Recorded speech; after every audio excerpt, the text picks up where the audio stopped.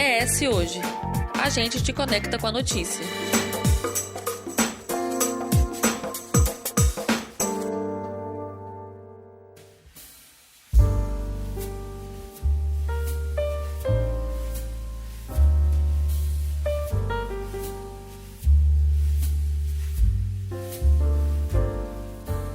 No episódio passado, o ES Ouve começou uma nova série sobre crimes, trazendo sempre aspectos psicológicos e o limiar tênue entre uma ação criminosa e um ato de insanidade. Em nosso primeiro episódio, falamos sobre as mães que matam, e dessa vez o papo criminal continua em família. Todo ambiente familiar tem suas particularidades, problemas e desafios. No entanto, em alguns lares, o limite entre uma divergência comum e um crime é ultrapassado. Mas o que motiva as mortes em família é que faz com que uma pessoa decida matar alguém da sua própria família. E para tentar entender um pouco sobre isso, nós convidamos o psiquiatra forense Jairo Isidro Navarro. Seja muito bem-vindo. Obrigado, pessoal, pelo convite. Em assassinatos em família, quando um filho mata o pai ou quando a mãe mata um filho e pessoas da mesma família matam uns aos outros, existe algum fator envolvido de uma forma geral, algum fator psicológico ou não necessariamente? O que geralmente costuma ser o fator motivador desse tipo de crime? Quando a pessoa que ouve uma notícia dessa, vê na televisão um relato, um acontecimento de um homicídio dentro da família, a primeira coisa que a pessoa se pergunta é se aquele indivíduo que cometeu o crime, se ele tinha algum problema de saúde mental, né? Então, automaticamente já pensa se a pessoa tem uma psicose ou coisa assim. Por incrível que pareça, esse tipo de acontecimento ocorrer por relação com um transtorno mental é relativamente raro, bem raro. É lógico que as psicoses, principalmente, elas cursam com um risco maior de violência. Isso é verdade, porque você tem aí uma quebra da realidade. A pessoa ela não consegue entender o que é real e o que não é. A realidade dela muda muito. Mas a ponto dela chegar a matar um filho, matar um pai, Eduardo, é uma coisa muito mais rara de ocorrer. Não à toa, quando ocorre, acaba saindo na mídia, todo mundo fica sabendo. Só que a grande maioria dessas ocorrências, elas não estão correlacionadas a transtornos mentais no sentido estrito da palavra, né? É lógico que a pessoa que comete um crime violento, ela não é que ela é normal naquele sentido de uma pessoa como a gente entende a normalidade. Mas isso não configura um transtorno mental.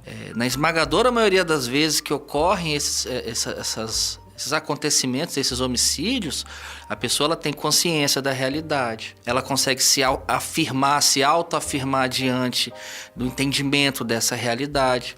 É uma coisa deliberada na esmagadora maioria das vezes. Ou seja, um senso moral deturpado não significa que a pessoa tem um problema mental. Exatamente, Eduardo. Esse que é o grande ponto. Você tem pessoas na sociedade que existem com frequência bastante elevada, a gente vê isso, que não tem senso de moral, que não se importam com o que o outro vai achar.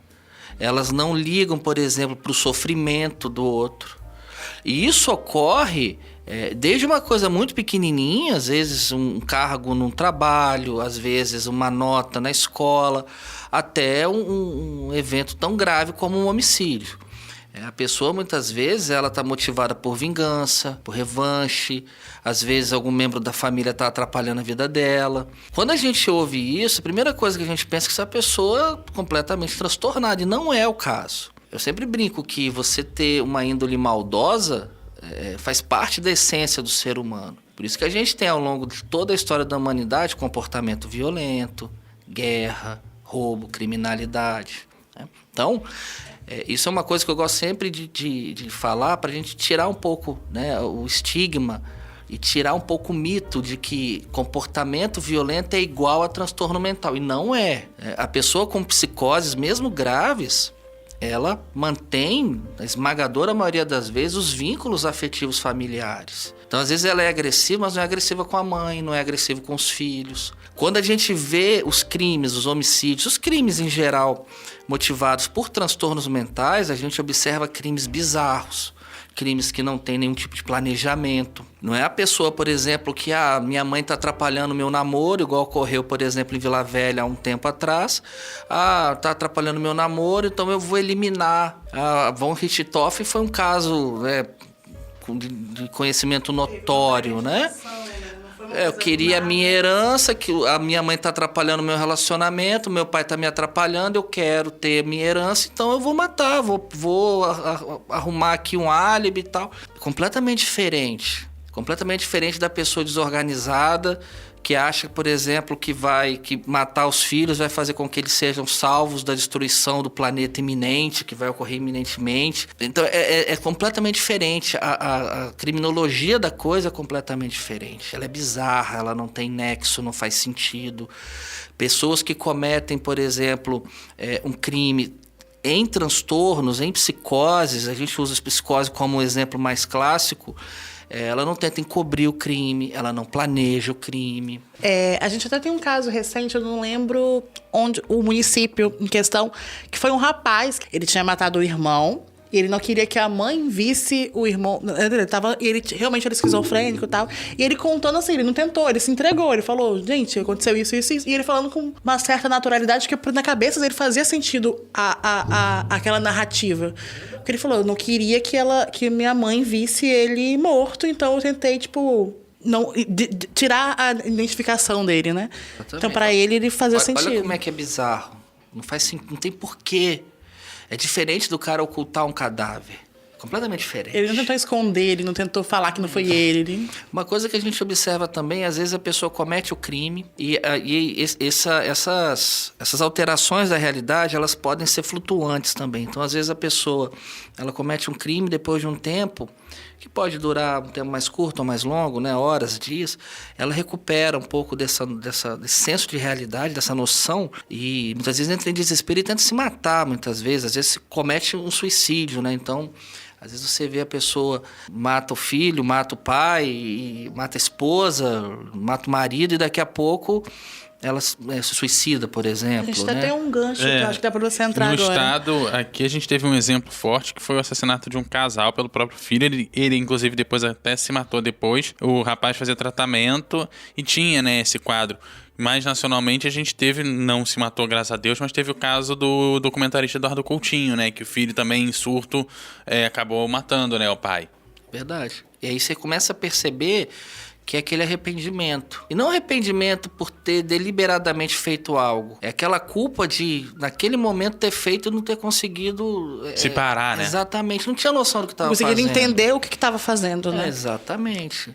E isso... E você vê que não é a pessoa... Ela comete um crime, mas não é um crime no senso lógico da coisa. É lógico que quando envolve família, a gente acaba tendo um componente afetivo muito grande, né? Um homicídio por si só é o crime máximo que alguém pode cometer. Não existe nenhum crime que tenha uma pena maior do que o homicídio, né? E quando isso envolve na família, né? Um ambiente que é para ser um ambiente de proteção, de vínculo, chama atenção mesmo, As né? pessoas se chocam, né? Com certeza. E um outro exemplo, inclusive, também dentro do seio familiar, que foi, acho que em novembro, outubro do ano passado, não lembro agora o mês, que foi um casal não sei se você chegou a ter conhecimento, que foi um menino de 14 anos e uma menina de 11, que mataram a mãe da menina e eles planejaram... Acho que foi em Vila Velha também. E planejaram matar o padrasto e na hora não conseguiram e iam meio que colocar a culpa no padrasto. Quando acontece assim, no caso de serem crianças, né, que a gente não consegue entender que crianças podem ser más também, geralmente tem alguma psicopatologia envolvida ou pode ser um outro tipo de fator? Por exemplo, um lar agressivo, um lar violento que pode motivar...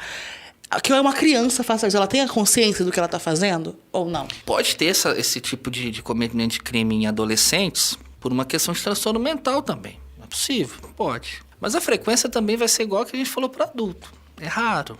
Esse caso, por exemplo, foi muito interessante, porque exemplificou bem. 2 adolescentes, não, e uma quase criança, né? E ela no caderninho colocou a gente pra gente ficar juntinhos. Vamos matar minha mãe e meu pai. Exatamente, né? Então, assim, você... Tem adolescente com um traço psicopático. Olha isso. A gente na psiquiatria tem por hábito fazer o diagnóstico de transtorno de personalidade a partir dos 18 anos. Que é mais ou menos quando a personalidade em si ela se forma. Né? Antes disso, a gente chama de transtorno de conduta. Quando é mais novinho, quando você não tem...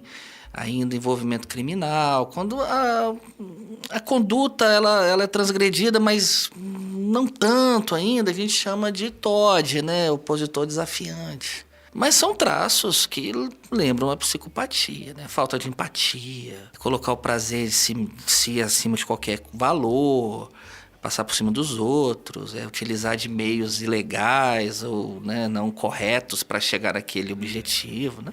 Então você tem isso também em adolescente. É triste, né? Porque criança pode ser má. Pode, né? A gente vê criança, por exemplo, que tortura animal, criança que bate no colega, criança que mente, criança que trapaceia. Pode. A gente sempre fala que a personalidade das pessoas, mesmo quando elas estão em formação ainda, a gente tem 2 componentes básicos, temperamento e caráter, né? O temperamento é aquela coisa inata, a gente nasce com temperamento. O caráter é aquilo que a gente aprende, são os traços que a gente aprende ao longo da vida da gente, né? Eu sempre falo o seguinte, uma criança, ela nasce com temperamento, mas ela tem tudo que ela aprende ao longo da vida em casa. Quando você pega lares muito violentos, você já costuma ter temperamento, e temperamento é genético, né? Então você já traz esse comportamento meio que aprendido, inato. Ninguém espanca o filho à toa. Uma coisa é você corrigir seu filho, outra coisa é você torturar seu filho. Outra coisa é você deixar seu filho passando por necessidade. Então você vê que esses comportamentos, esses traços, essas personalidades antissociais, elas têm um componente genético e têm um aprendizado também. É verdade, né? E não falando só desse caso, porque confesso também que não entrei muito a fundo para saber como é que era a dinâmica familiar antes. Mas você vê o comportamento violento se perpetuando de geração em geração. Então você tem, por exemplo, famílias que têm violência contra a mulher, você vai ver isso se perpetuando. Violência infantil, você vai ver se perpetuando. Você tem, lógico, não é necessariamente assim que ocorre, óbvio, né? Mas você vê que isso tende a se repetir. A gente meio que é condicionado a repetir padrões, né? Exatamente. Da nossa criação. E a gente traz muito isso da família. Os pais eram de um determinado temperamento, os filhos tendem a copiar o temperamento, porque é uma questão genética. Se você pega uma criança com um temperamento muito tranquilo e coloca num ambiente violento, não necessariamente ela comporta-se de modo violento. Ela muitas vezes deprime, porque é a adaptação que ela faz. Então você tem componentes que são inatos, e esses componentes inatos eles se repetem ao longo das gerações. E não quer dizer também o inverso, né? A pessoa é filho de alguém com personalidade social, não quer dizer que ela vai ter também. Mas você vê esses traços, esses temperamentos se repetindo em geral. Então, um caso desse, por exemplo, pode correlacionar com o fator de risco de ambiente violento, privação. Eu acho que ninguém em sã consciência, como a gente falou agora, vai bater nos outros, vai roubar os outros, vai bater.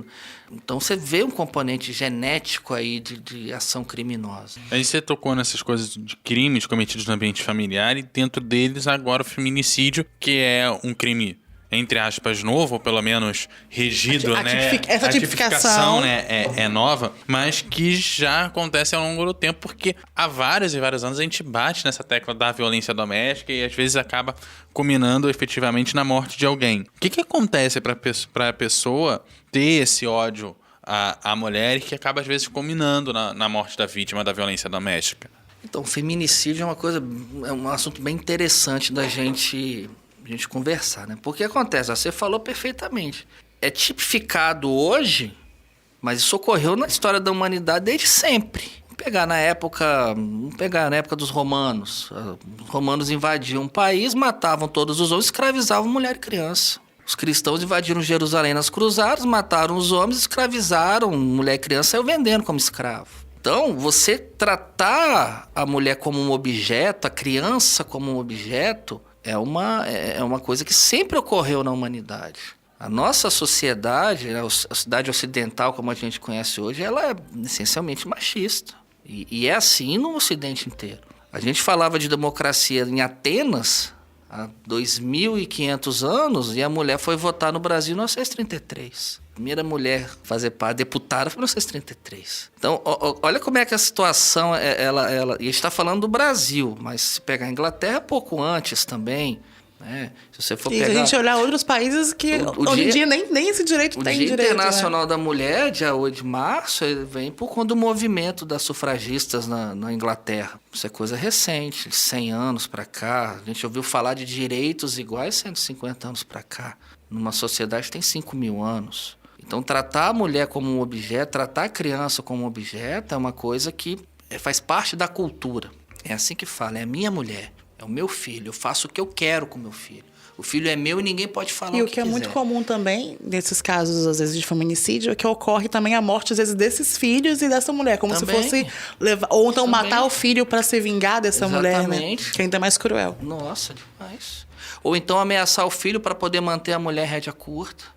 O que a gente observa hoje é que, antigamente, você poderia ter menos crime. Isso não é estatístico, isso é uma questão de observação. Talvez você tivesse menos homicídio, porque você tinha outras formas de violência. Então a mulher não podia se separar porque não podia ser divorciada, né? Desquitada. Mulher desquitada tinha acabado a vida dela. Mulher não trabalhava fora, então se ela não dependesse, se o marido não desse o dinheiro para ela poder sobreviver, ela ia sobreviver de que forma? Quantas vezes a gente, né, ouvia falar, principalmente no interior, né? Ah, a mulher vai se separar, volta para casa dos pais, porque não tem renda. Então, muitas vezes a mulher se submetia a situações de violência. Tinha aquela dependência financeira. Que é uma violência. Você não poder dar sua opinião, você não pode poder fazer o que você quer. Quantas vezes a gente vê, até hoje, a mulher ter que se submeter em questões sexuais, ser violentada dentro de casa, porque o marido quer ter a relação e ela não tem, assim, não tá com vontade, mas tem. Estupro dentro do casamento. Exatamente, né? Que é crime isso. Você espancar uma criança até tirar sangue é crime. Você ameaçar uma criança é crime. Mas dentro de casa, na cabeça, nesse senso comum, na questão cultural, é um absolutismo. O marido manda, é a casa, ele é o rei do castelo, que é a casa dele, ele faz o que ele quer. E se tá dentro de a... casa, tá em segredo, se ninguém sabe, é como tá se a família fosse uma propriedade privada. Exatamente. Então, né? E o que a gente tem observado é que isso parece que deu uma melhorada há uns anos, isso voltou muito nos últimos tempos. Aquela coisa, família patriarcal, você não aceitar outros tipos de família, de formações familiares é também um grande problema. A família tem que ser, na cabeça do senso comum, aquilo ali, é marido, mulher, filho. Você não pode ter um outro componente ali. Tem também relação, você falou de coisas de 100 anos para cá, e a gente tem um crescimento de movimentos, né? Começa com direitos iguais lá atrás, para ter todo mundo, assim, nivelar, nem que fosse, né, o homem pelo menos ali, mas nivelar para todo mundo ter educação, todo mundo ter acesso à saúde, as coisinhas básicas. Depois isso vai sendo levado para a mulher e outras pessoas começam a vir atrás, né?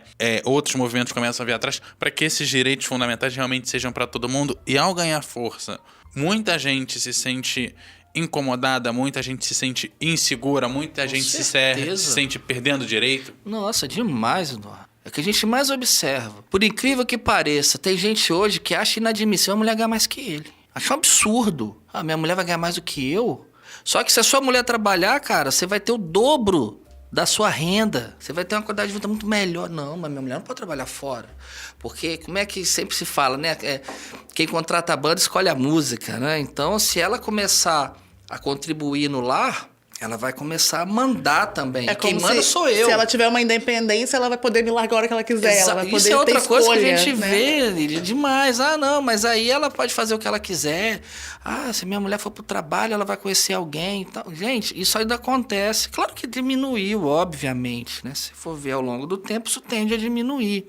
Uma outra coisa que a gente observa também, né? Quanto mais você tem falta de educação formal que eu falo, né? Quanto mais você tem ambiente com privação, mais isso ocorre. E até por uma questão também de relação de mão dupla, porque você ter a mulher submissa, sem contribuir com renda, dentro de casa, você também vai ter menos renda, e você vai ter, sabe, você entra naquele ciclo, né? Que se perpetua. Aí aquelas ali crianças, dentro. por si só, vendo violência, vão crescer. E você repete aquilo. Se você vê o seu pai bater na sua mãe, tem uma facilidade maior de você encarar isso como uma normalidade. Se você era espancado pelo seu pai, você espanca seu filho. Você vai passando isso para você aprender o que a vida é assim. Quando na realidade não era para ser. É uma covardia o cara que é 5 vezes maior que o outro bater. A gente até fez uma matéria recentemente, não foi necessariamente sobre a violência física, mas falando sobre como as parentalidades tóxicas, né, como esses ciclos abusivos dentro de casa fazem com que as pessoas procurem relacionamentos com aquele mesmo padrão, né? Porque é o que ela tá naturalizada a ter. Você vai achar que é normal isso. Eu falo uma coisa, né? Eu sou pai, eu tenho filho. Imagina o seguinte, se minha filha começa a namorar uma pessoa, a pessoa grita com ela não tá acostumada com isso dentro de casa. Então, qual que é a tendência dela? Sair de perto. Se alguém ameaçar dar um tapa, nem se fala, vai na delegacia da queixa. Na hora, porque ela não tá acostumada com isso. Mas se isso é uma coisa que ocorre o tempo todo, ela meio que se acostuma. E a pessoa começa, não é batendo fisicamente de uma vez, é gritando, é cerceando liberdade, é vigiando a roupa, sabe? Você não vai sair com essa saia porque tá curta. Pô, não tá. Mas que a mulher minha não mostra a perna. Olha só, a propriedade. Então, quem cresceu num ambiente assim, acha isso normal. Tende a achar normal, né? Também, lógico que há exceções, obviamente, mas tende a achar. Então, isso se perpetua. E quebrar isso é muito difícil. Por isso que a gente vê que, apesar de campanha, apesar de legislação, ainda é muito alto, né? E o nosso estado é campeão nisso aí. E aí eu tenho uma pergunta que, assim, pelo menos assim, pessoalmente para mim é chave e eu realmente não tenho resposta, então vou buscando nos outros, assim, que é, a gente, nesse momento, tem a galera que é mais progressista, que, né, como você falou, não grita, não bate, não tem esse senso de propriedade e tal, que é o seu caso, mas existe uma galera que tá presa no passado, tanto que a gente tá falando de crimes, assim, que já deveriam, se não ter acabado, ter diminuído muito. Eu não sei se você tá por dentro, se vocês dois estão por dentro, mas vocês estão ouvindo falar do Red Pill?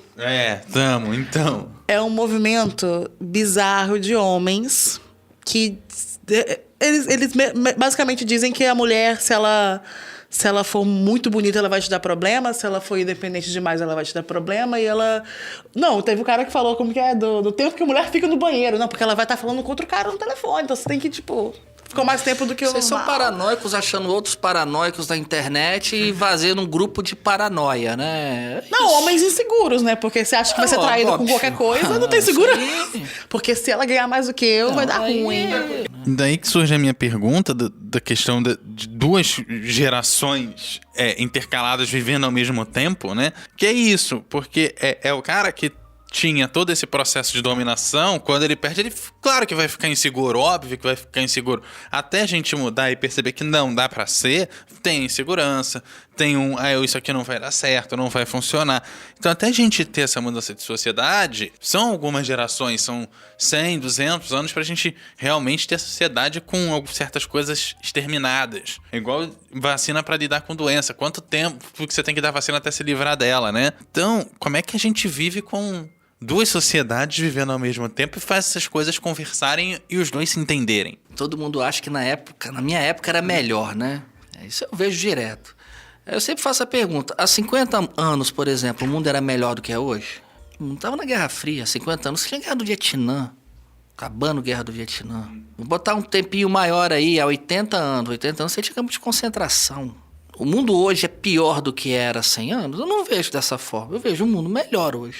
Economicamente o mundo era melhor há 100 anos? Quase 100 anos teve a quebra da Bolsa de Nova York em 29 e foi uma recessão violenta, um desemprego absurdo. Há 80 anos veio a Segunda Guerra Mundial. A gente tem guerra hoje, né, na Ucrânia, que está chamando muita atenção, mas há 80 anos era uma guerra mundial. Eu acho que as pessoas talvez tenham essa noção porque hoje a gente noticia mais as coisas. Exatamente. Né? O mundo você tem muito mais você informação. Tem mais noção do que acontece do outro lado. As crianças hoje, elas são mais disruptivas, os adolescentes são mais disruptivos do que eram nos anos 60, nos anos 70. Não são, isso faz parte. O mundo, ele segue um ciclo. Então, antigamente não era melhor do que é hoje. Hoje é melhor do que era antigamente. E agora, você conviver com isso é muito difícil, porque uma pessoa que não avançou no tempo, que ela carrega uma essência de vida dos anos 70, 80, hoje ela fica completamente deslocada. E não adianta você tentar trazer o mundo de antigamente para hoje. Não existe mais, aquele mundo acabou. Então as pessoas elas ficam deslocadas. Não é à toa que a gente tem essas comunidades tradicionais dos Estados Unidos, que vivem como se estivesse no século XVIII, XIX, até com a roupa. É mais ou menos isso. Você não consegue se adaptar, você cria a sua própria sociedade. Você cria seu próprio mundinho paralelo ali. Hoje é muito difícil você fazer isso, porque o mundo é todo conectado. Esses movimentos, por exemplo, que surgem, né, que se dizem, né, muitas vezes conservadores, não é bem conservador. Você ser conservador é uma coisa, você ser reacionário é outra completamente diferente.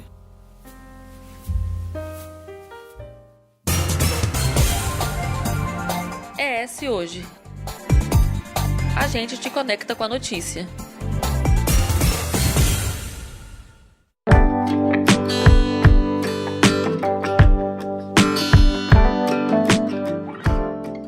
Voltando para os crimes em família, a paixão justifica determinados crimes?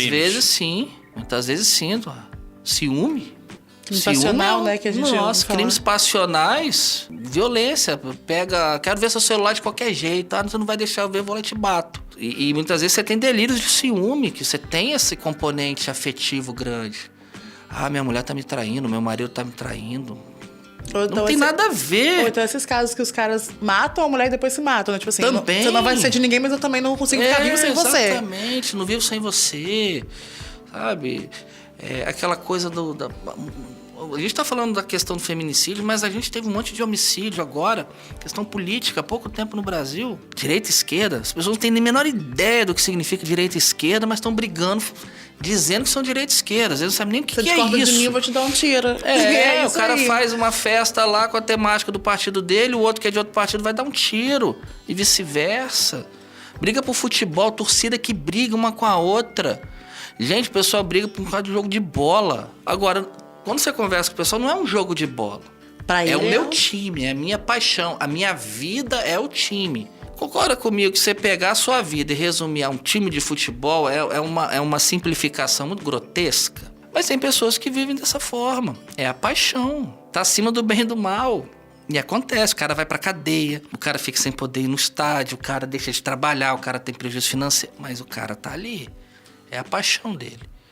Então, a questão passional, ela está envolvida nos crimes. Agora, um detalhe importante. Quando a gente fala de crime passional, a gente não está falando de transtorno mental. Todas as pessoas, elas vão, em algum momento da vida, se apaixonar por alguma coisa. Não necessariamente essa paixão vai durar a vida toda. Ela pode ter momentos.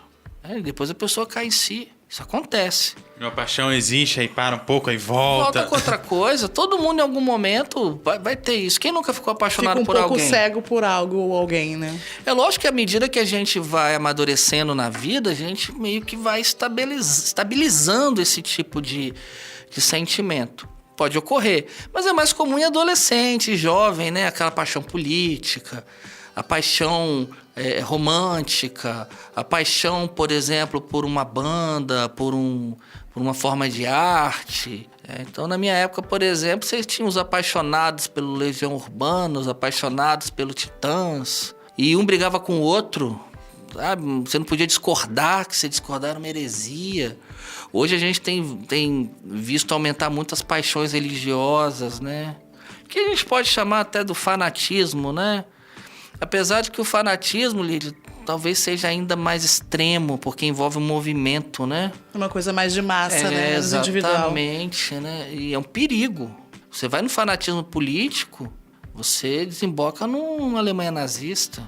Você vai num fanatismo político, você desemboca na União Soviética, com todos os seus antagonismos do regime. Você vai no fanatismo, fanatismo religioso, a gente desemboca, por exemplo, numa inquisição, onde já se viu você pegar uma pessoa e queimar vivo como forma de punição. Nem qualquer país do mundo hoje que tem pena de morte, ninguém queima ninguém. Isso é cúmulo. Ninguém afoga ninguém queima ninguém. Você vai, por exemplo, vamos pegar um regime aí ainda bastante... Vamos pegar a China, por exemplo, né, que é um regime bem fechado ainda. A pena de morte, fuzilamento, que está na lei brasileira também. Em tempos de guerra, o Brasil, dependendo do crime, a pessoa pode ser fuzilada em casos excepcionais, né? Em caso de guerra declarado. Mas está no nosso código, que ainda é uma forma de morte menos dolorosa. Nos Estados Unidos, pouquíssimos estados hoje têm pena de morte nos Estados Unidos. Foi tirando Foram muito. diminuindo. E hoje os que tem ainda conservam a injeção letal, né? Cadeira elétrica é uma coisa que é tortura, isso não existe mais. Né? Se eu não me engano, acho que não tem nenhum estado nos Estados Unidos que tem cadeira elétrica. Acho que já aboliram em fez, todo, até o Texas aboliu. Ainda tem a injeção letal, ainda você tem. Queimar vivo alguém? Você via esse tipo de tortura na época dos romanos. Jesus foi torturado até a morte. Você via queimar, fanatismo religioso, gente. Então é muito perigoso isso. E os movimentos, né, que desembocam nisso, eles precisam ser contidos na origem. Porque depois que toma uma proporção, é igual tsunami. Você não segura mais. Ou segura a base de muita dificuldade. Por isso que a gente fala sempre, violência. Você controla a violência na origem. Não é na ponta. Você vai pegar, por exemplo, um cara que já está reincidente, 20, 30 homicídios, você consegue ressocializar um cidadão desse? Muito mais fácil você recuperar ele lá antes ou no primeiro do que... Muito difícil quando você pega na ponta. Agora, esse mesmo cidadão lá com seus 8, 9, 10 anos, é menos difícil. É até uma coisa que eu ia te perguntar. Você disse que a maioria dos crimes em família não necessariamente não são por questões mentais, de saúde mental, né? Geralmente é realmente uma questão social ou maldade mesmo, perversidade. Ou por algum interesse, enfim. Quando há essa ruptura, por exemplo, no caso de quem tem algum transtorno psicótico, e ocorre esse limite, ele ultrapassa esse limite e vai pro crime. É possível voltar ou para depois que rompe esse limite criminal é mais difícil? Então, a pessoa ela cometeu o crime pelo problema de saúde mental dela. Se ela não tivesse com aquele problema no momento, não teria tido o crime. Então, é uma situação que você, quando configura, né, a promotoria, abre um incidente de insanidade, em caso do homicídio, por exemplo, né, ou o próprio advogado da parte, né, o advogado de defesa, ou a autoridade policial, eles abrem o incidente de insanidade e você configura realmente que a pessoa ela era inimputável no momento, que ela não tinha noção do que ela estava fazendo, você nem apena essa pessoa. Ela não vai para o presídio comum, ela vai cumprir a medida de segurança. Então ela vai fazer o tratamento dela, pode ser um tratamento, aí vai depender, lógico, do grau de violência da ocorrência e tal. Então, às vezes ela vai tratar ambulatorialmente, às vezes ela vai para o hospital de custódia para ficar sob tratamento. E ela vai fazer o tratamento até que chega um momento que a periculosidade dessa pessoa ela pode cessar. A gente sabe que é assim que a lei fala, mas a gente sabe que não é uma cessação de periculosidade no sentido literal da coisa. Você tem uma redução do risco de violência. Não tem como prever nunca mais ela vai cometer um crime. Exatamente, porque os fatores são finitos, externos, né? Finitos. Mas até que a pessoa ela recupera a noção da realidade, ela recupera o seu juízo. Quando a pessoa está no juízo normal dela, ela não vai ter um comportamento criminoso que ela teve naquela ocorrência, porque é causa e efeito. Então você consegue, entre aspas, recuperar de uma maneira muito mais fácil do que recuperar alguém que por uma índole é criminoso. Então é diferente. Por isso que o hospital de custódia, a pessoa, ela periodicamente, ela passa por exames criminológicos, para exames de cessação de periculosidade. E ela só vai embora dali quando ela tem condição de voltar para a sociedade sem que tenha um risco elevado de violência. E ela manter dali para frente, né, o seu tratamento. É lógico, se a pessoa recebe alta do hospital de custódia e não mantiver o tratamento, for uma esquizofrenia, por exemplo, pode ter uma psicose novamente e ter um crime, cometimento de crime. Mas é diferente, completamente diferente. E, inclusive, quando a gente olha os crimes, principalmente crimes violentos, você vê pouca abertura de componente de insanidade, né? De incidente de insanidade. Até porque costuma ficar mais tempo preso, né? Isso é uma coisa importante. A pessoa que passou por um incidente de insanidade, foi para o hospital de custódia, ela não tem progressão de pena, porque ela não foi apenada. É bem mais difícil ela ser liberada do que por um... Existe um caso que talvez os mais novos não vão lembrar, mas um psicopata em São Paulo, um tal de Champinha. Ah, sim, que ele foi preso, acho que com menor de idade, né? Foi, que violentou a Liana, matou, dias uma torturando. gangue. Foi uma gangue, ficou uns 3, 4 dias na mata, torturando, violentando a menina, matou o namorado. Esse rapaz, esse elemento, que isso é execrável, né? Isso daí não é uma questão de... Isso é uma pessoa execrável, é um criminoso. A promotoria abriu um incidente de insanidade, ele era menor. Ele está preso até hoje no hospital de custódia. Se ele fosse maior de idade na época, ou se não tivesse sido aberto o incidente de insanidade, ele teria feito a progressão de regime igual a Von Richthofen fez. Que nem o maníaco do parque que vai ser liberado daqui a pouco. Também. Aí você vai falar assim, poxa, mas a justiça ela não poderia liberar. Gente, é a legislação. E isso é um outro problema muito sério de uma sociedade que tem muitas vezes pitadas de hipocrisia. Eu gosto da lei levinha no meu caso, mas quero a lei braba no caso do outro. Por que a gente não muda isso? Por que não muda o entendimento que você tem que cumprir 30 anos de prisão?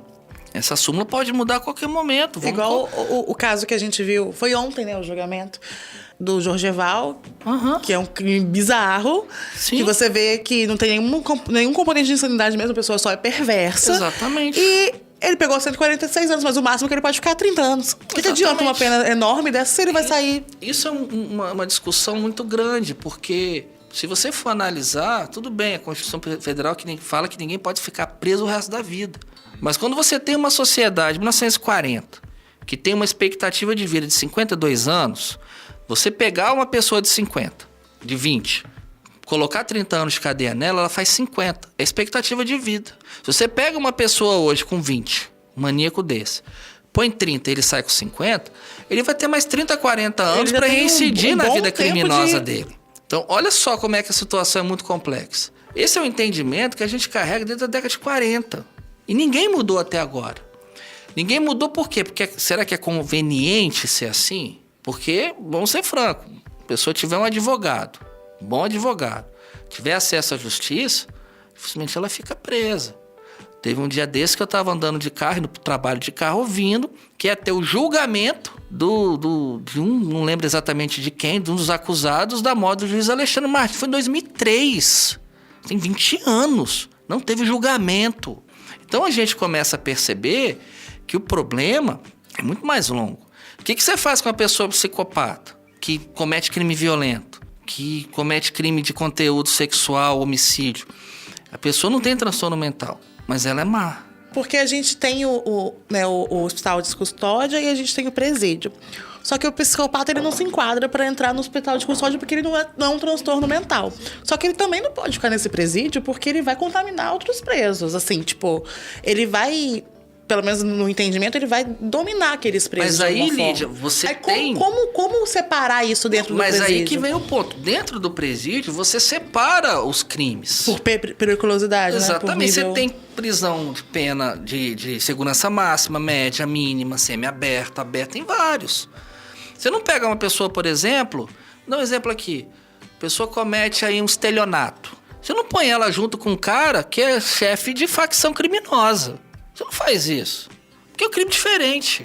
Você não pega um cara, por exemplo, que se envolveu numa briga de bar e vai colocar junto, por exemplo, com um cara que cometeu um triplo homicídio, o cara tá na 5ª pena por homicídio. Você separa. Quando a gente fala da psicopatia mesmo... Separa por presídio e por ala do presídio. Por ala. Você tem lá, por exemplo, um presídio de... Vamos botar aí, que é muito comum, provisório. Você separa por ala, você separa por setor... O crime de legítima defesa, por exemplo, a pessoa às vezes cometeu um crime em legítima defesa, ainda não está naquela coisa de ser solto, você separa. A autoridade policial, a autoridade penitenciária, ela já tem os protocolos dela de diferenciar isso. Hoje a gente tem esses... Até presídio federal a gente tem para separar. Então, não é uma questão de você tratar no hospital de custódia, mas é saber separar. Esse aqui é um crime, a pessoa chega num ponto de comportamento antissocial que ela cometeu um crime de um nível máximo. Então, ela vai para uma determinada localidade, vai ser apenada com proporção ao crime dela e vai cumprir a pena de uma maneira proporcional ao crime. O outro cometeu um crime menor, cada crime é diferente do outro. Um crime de menor magnitude, com menor violência, então ele vai cumprir de uma outra forma. Agora, uma pessoa que está na 5ª pena por homicídio, ela tem condição de ser ressocializada? Na prática, não. Ela não vai mudar. Ela pode até ficar um tempo sem ir pra cadeia. Ela pode até, de um dia pro outro, falar que não vou mais cometer o crime. Então assim a gente vai se encaminhando pro fim do episódio. Jair, se tiver mais alguma consideração para fazer, fique à vontade. E claro, a gente espera que o Estado faça mais para todo mundo, né? Inclusive essa galera, para que a gente saiba quem tem que ir para tal lugar vai para tal lugar, quem tem que ir para Y lugar vai para Y lugar. Para ser algo efetivo, exatamente. realmente. Pra não né? ficar secando gelo, né? Como a gente fala. Lembrando que a nossa série criminal continua na próxima semana, então fiquem ligados. Aqui a gente te convida a debater, refletir e, sobretudo, a se informar. O ES Ouve tem edição de Eduardo Couto, texto e produção de Lídia Lourenço e direção de jornalismo de Daniele Coutinho. Até a próxima. Até a próxima, pessoal.